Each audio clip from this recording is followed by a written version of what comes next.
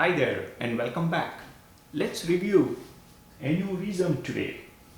We'll get into the overall conceptual understanding of the subject, the type, morphology, location, pathophysiology, risk factors. The subject covers a lot of details, so we will break it down into multiple sessions to follow. So let's begin.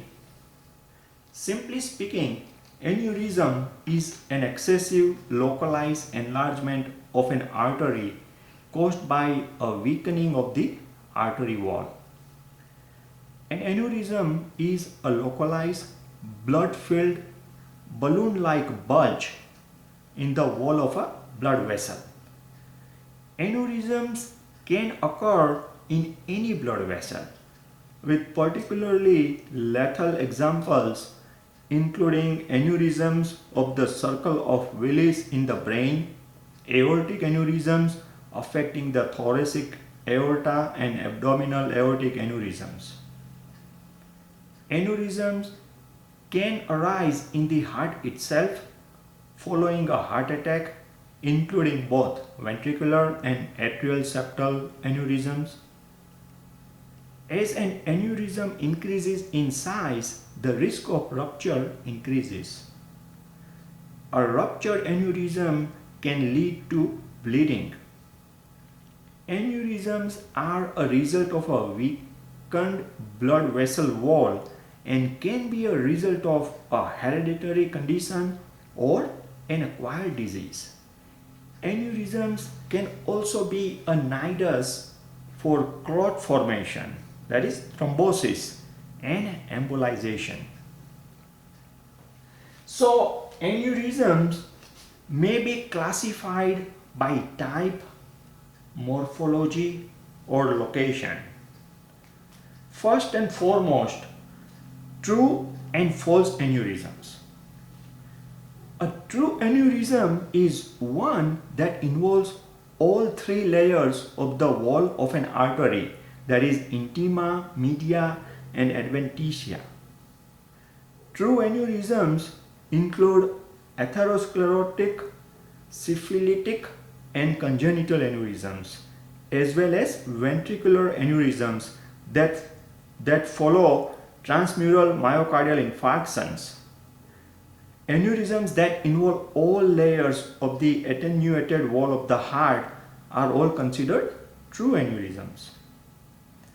A false aneurysm, or some medical literature would label as pseudoaneurysm, is a collection of a blood leaking completely out of an artery or vein but confined next to the vessel by the surrounding tissue.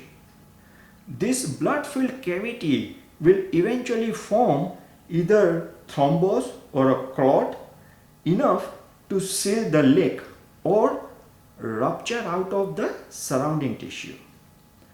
Pseudoaneurysms can be caused by trauma that punctures the artery, such as knife and bullet wounds, as a result of percutaneous surgical procedures such as coronary angiography or arterial grafting or use of an artery for injection.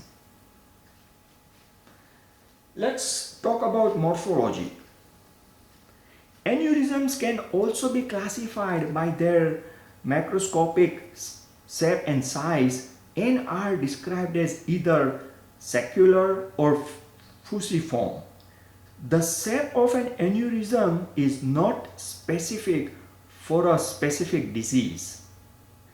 Secular aneurysms are spherical in shape and involve only a portion of the vessel wall. They vary in size from 5 to 20 cm in diameter and are often filled either partially or fully by a thrombus. Fusiform aneurysms, spindle-shaped aneurysms, also known as, are variable in both their diameter and length. Their diameters can extend up to 20 cm. They often involve large portions of the ascending and transverse aortic arch, the abdominal aorta, or less frequently the iliac arteries. Location. Aneurysms can also be classified by their location. Arterial and venous, with arterial being more common.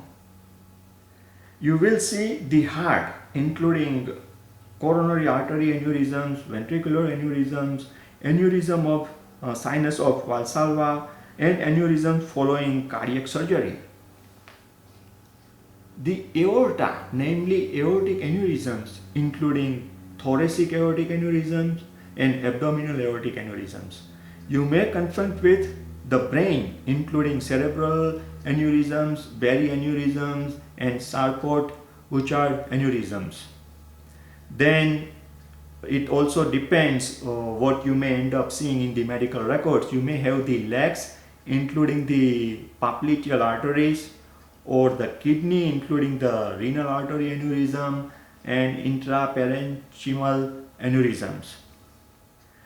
There can be capillaries, specifically capillary aneurysms, or you may confront with insured with a history of cerebral aneurysms, also known as intracranial or brain aneurysms, that occur most commonly in the anterior cerebral artery, which is part of the circle of Willis. This can cause severe strokes leading to death. The next most common sites of cerebral aneurysm occurrence are in the internal carotid artery. So that's about the type, morphology, and location. Let's touch base about the pathophysiology. Aneurysms form for a variety of interacting reasons. Multiple factors, including factors affecting a blood vessel wall and the blood through the vessel, contribute. So you have one category called atherosclerosis. A variety of different factors, including atherosclerosis, may contribute to weakening of a blood vessel wall. The repeated trauma of blood flowing through the vessel may contribute to degeneration of the vessel wall. Hypertensive injury may compound this degeneration and accelerate the expansion of the aneurysm. As the aneurysm expands, the wall tension increases. The pressure of blood within the expanding aneurysm may also injure the blood vessels supplying the artery itself, further weakening the vessel wall. Without treatment, these aneurysms will ultimately progress and rupture. In the pathophysiology, another aspect to consider is infection. A mycotic aneurysm is an aneurysm that results from an infectious process that involves the arterial wall. A person with a mycotic aneurysm has a bacterial infection in the wall of an artery, resulting in the formation of an aneurysm. The most common locations include arteries in the abdomen, thigh, neck, and arm. A mycotic aneurysm can result in sepsis or life-threatening bleeding if the aneurysm ruptures. Less than 3% of abdominal aortic aneurysms are mycotic aneurysms. Under the pathophysiology, another important aspect to consider is syphilis.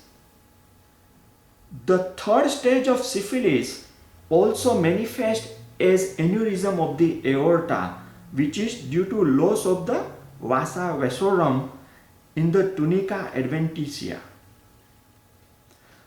Another aspect to consider in pathophysiology is copper deficiency.